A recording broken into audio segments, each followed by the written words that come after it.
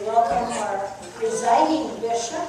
For those of you who don't know what that means the head honcho of the whole ELCA will be at our church this afternoon. She has in the past, the most very recent past, been the bishop of the ELCA, and she's leaving, having been elected as presiding bishop. And so we have a farewell gathering for her this afternoon, so that's something to cheer about. Or if you don't want to cheer about that, let's see, it's football season. You can cheer about football season. Of course, I guess they're also still playing baseball, and I guess there's soccer. But if you're from Nebraska, like I am, there's only one sport in the fall, and that's football. And there's only one team to cheer for, and it's not Ohio State. So, we're in a cheering mood, which is a good thing, because next Sunday is the Lutheran Day, Reformation Sunday. We're having one service at 10 as some of our youth are confirmed. And we're using from Ephesians the Lutheran passage, Ephesians 2, 8 to 10. So let's now do the Lutheran cheer. For what? Because you have been saved by God's grace through faith. For what were we created?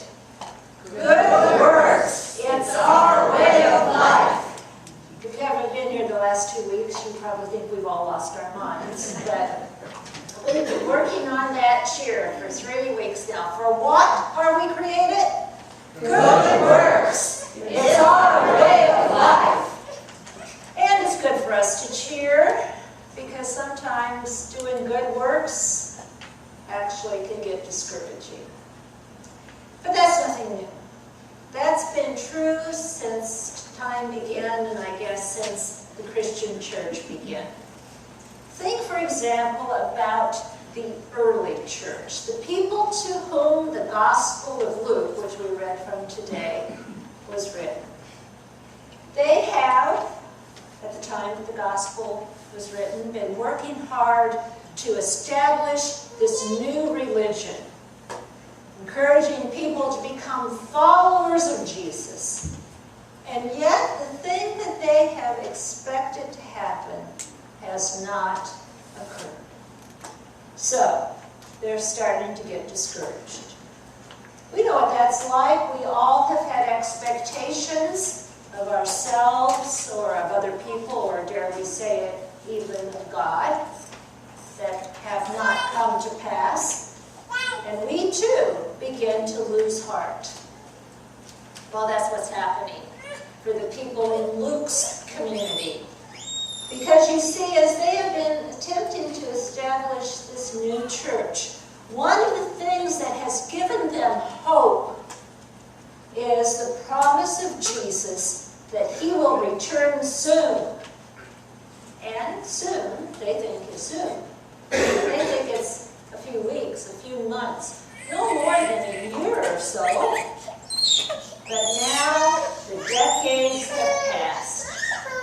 Pretty soon it's going to be generations have passed. And Jesus still has not returned. And on top of it all, they're being abused and persecuted because of their faith. So, they're losing heart. And as a pastor named Mark Sargent says, you can only expect people to tolerate so much. It's not too long before a promise delayed becomes a promise betrayed. And that's how they're feeling. So when the person who wrote the Gospel of Luke writes down this parable of Jesus that we read today, he introduces it by saying, keep praying and do not lose heart. Because he knows that they're losing heart. And the message is not so much about prayer, although he does say, pray constantly.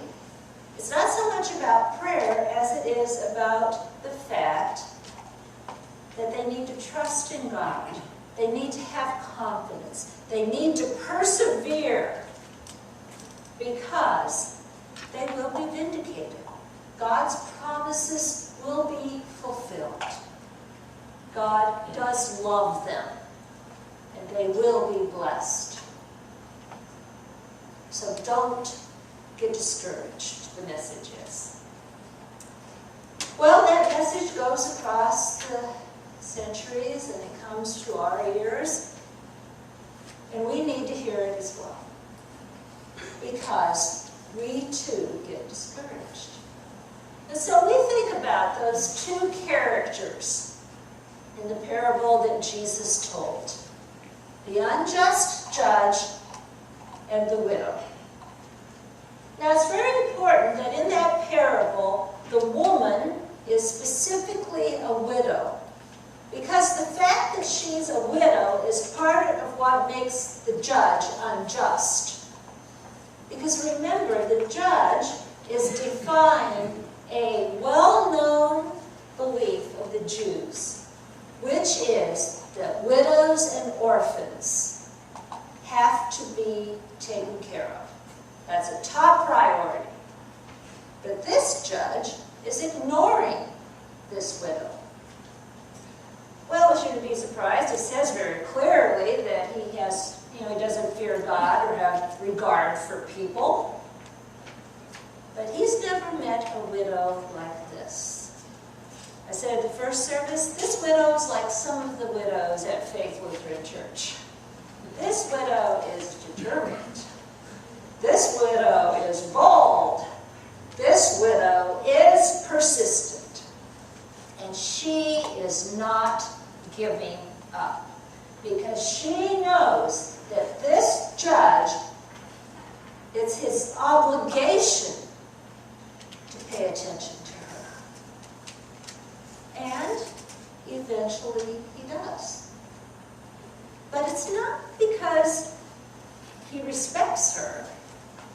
It's because he's concerned about his own standing in the community, at least according to theologian Sharon Ringy.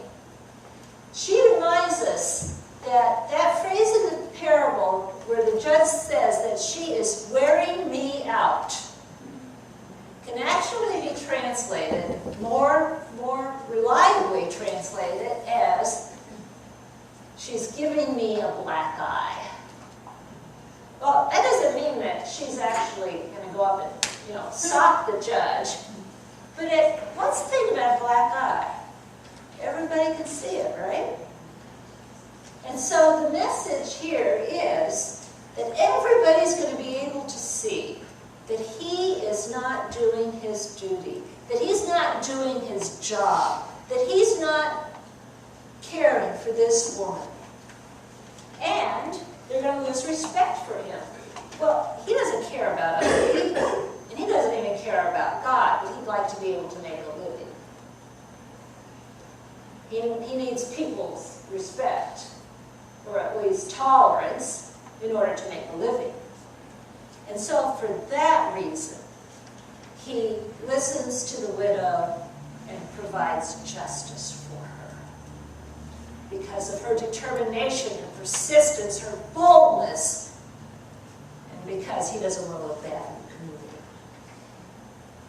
Well, what does that mean? It's all very interesting. I even think the part about black eye is kind of funny. But what does that tell us about God? I mean, that's sort of a strange thing. Does it mean we're supposed to hound God? That we're supposed to, give God a black eye so that God gets concerned about the divine reputation?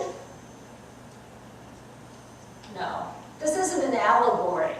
This is not a story that's saying that God is like the unjust judge. Instead, this is one of those, what we call a lesser to greater kind of format. And so the message is something like this. If an unjust judge who doesn't fear God, who has no concern for justice or for people, will in the end grant justice to this woman, then how much more That's the important phrase. Then how much more will God, who loves people, who wants justice, how much more will God do so on your behalf? So the message again is to the people of Israel who are losing heart, to the followers of Jesus who are losing heart. The message is be persistent, be bold, be like that woman who's going to give the black eye to the judge. Don't give up. And of course the message goes across the centuries to us and reaches our ears as well. And we need to hear it because we all have had challenges in our lives. We all have had times when it feels like we've been praying forever about a particular need or a particular unjust situation, and we wonder if God is listening and if it's ever going to be resolved. And the message is, don't give up. God loves you. God will act. God hears your prayers. God will respond. You can trust God. It just may not happen in quite the way you had in mind. Listen to what that pastor I mentioned earlier has to say about prayer.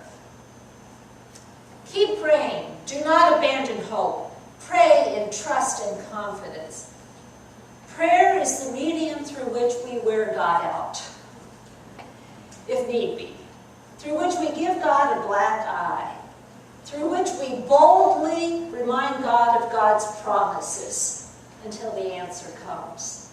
Prayer is the medium through which we commune with God through all seasons of life, especially the ones that are parched and dry. Prayer is the medium through which we ready ourselves for the answer. I think that's the important phrase. Prayer is the medium through which we ready ourselves for the answer. Since I suspect we are seldom ready to receive God's answer when we first place the request.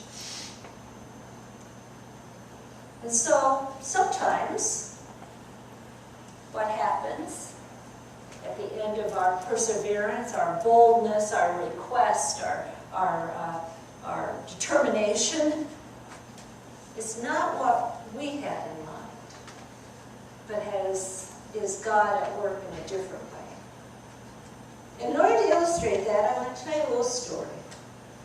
I happened to go to my 25th year seminary graduation reunion on Friday.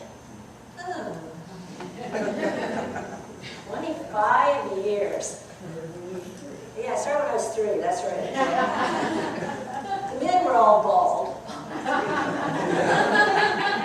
A lot of them had less hair than they did 25 years ago. Everybody was gray except for those who weren't, because they took care of that. And everybody had put on a couple pounds, and we all basically looked the same but different.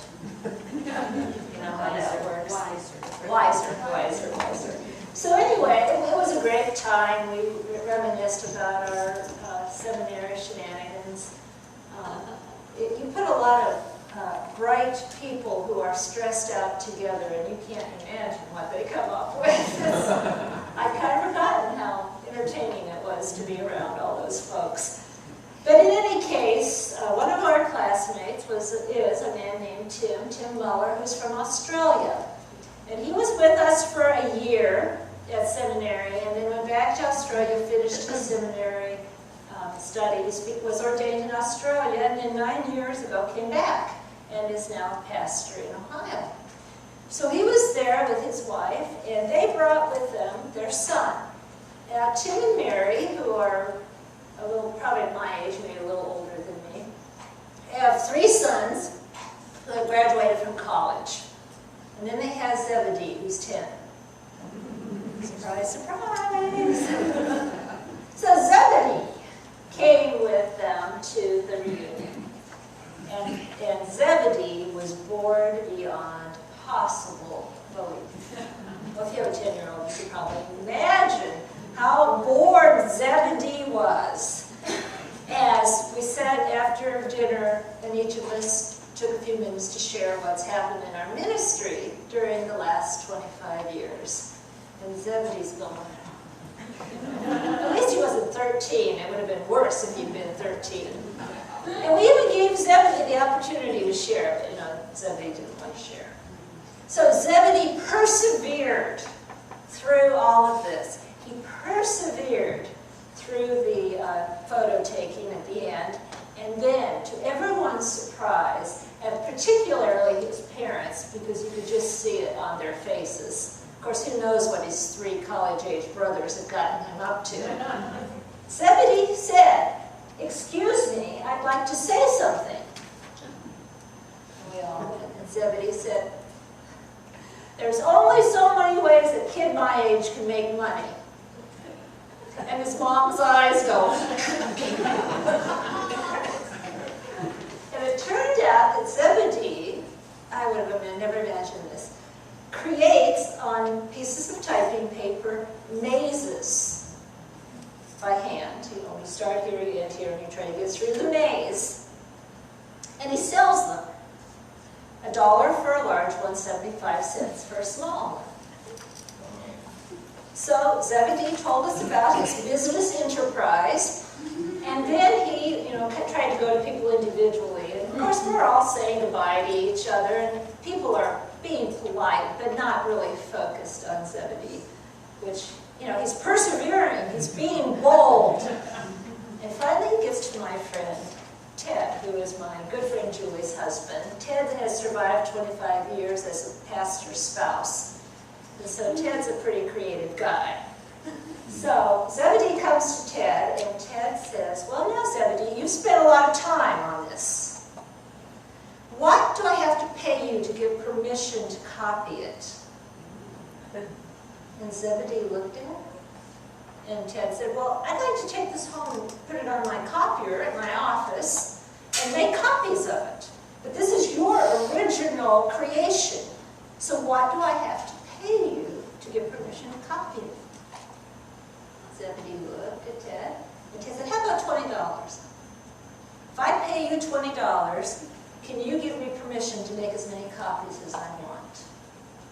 And Zebedee said, "Yes, sir!" And so Zebedee ended up with, I don't know how much, but with a $20 bill. And no doubt his parents were going. Now, when Zebedee persevered through the old people talking about what they've done the last 25 years, and when Zebedee was bold and stood up and said, "There's only so many ways a kid like me can make money," and when he went to each person asking for help, he never imagined that there would be the opportunity to earn $20 from a single piece of paper. And I think it works like that in our lives. Often. We persevere doing good, which includes prayer. We persevere giving of our time. For example, coming over here yesterday in the rain and raking leaves. Oh my gosh. We persevere giving of our talents, like the people who are coming to play handbells at the reception this afternoon. We persevere, we're determined in giving of our money, even though sometimes it's difficult, so that we can have a youth leader to whom we pay benefits. And through it all, sometimes we think, is this of any value? In the end, is there going to be any blessing that comes out of this? I can't see what the end result's going to be. But sooner or later, we can see that God has blessed us. Maybe not in a way that we anticipated, but still, God can be trusted. We can have confidence that God is at work in our lives. Because after all, for what were we created? Good works. It's our